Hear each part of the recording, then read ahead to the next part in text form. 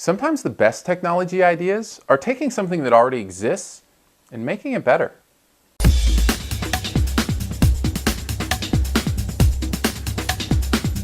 Oh, this is a big one for me. The Wii U is out and we have it at our house. I have 4 boys at home that have been playing the snot out of it. I have used it as well as my wife, who never really got into the Wii much, but she's used this. And we'll talk a little bit about why here in a second. But as a general just kind of specifics on what the Wii U is and how it differs from the Wii. First of all, it's an HD system, meaning through an HDMI, you can plug it up to your 1080p TV and get 1080p content, as opposed to the Wii, which is limited to 480p as far as quality goes. The other difference is that there is a new controller. This is called the Wii U gamepad, and this is the differentiator that Nintendo makes from its competitors in selling this device, and it is, in a word, genius. Now, I say that not saying they've invented something here. Really, it's just kind of an extended tablet with game controls on it. It is a secondary screen that's big enough for you to view, that comes with the system, and it has game controls on the side. And what's interesting about this is not necessarily the technology and what it is, but how seamlessly it works with the Nintendo system itself in playing games and in watching content. Now, if that sounds weird to you, it did to me too.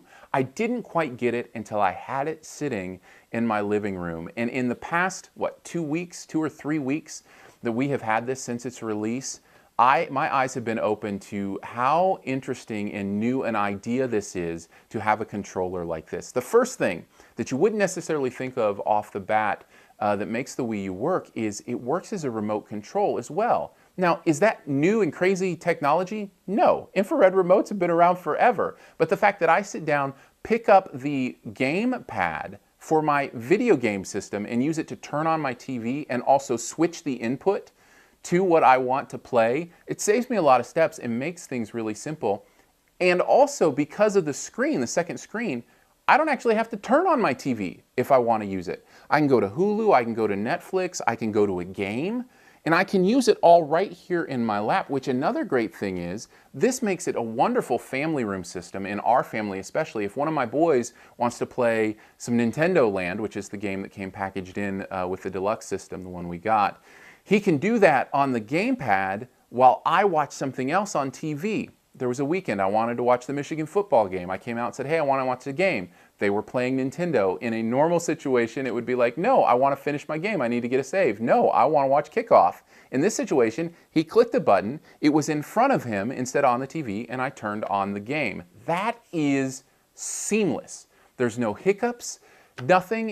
It's an amazing experience, and a reason that I think the Wii U has some really interesting things to give us in that regard. Same goes for if they want to watch something on Netflix, if they want to watch Phineas and Ferb, but I want to be watching something on the TV. Or maybe I want to be watching Phineas and Ferb, and they can be watching something else on the TV. This system makes that possible. And that's not even getting into the gameplay ideas that can come with a dedicated screen. So there's a screen you've got in your hand that can be showing different things than what's on the TV. So for instance, in Nintendo Land, which really kind of shows off what this system can do, there's this great Luigi's Mansion game where one person plays the ghost who's trying to go around and get people who have the flashlights.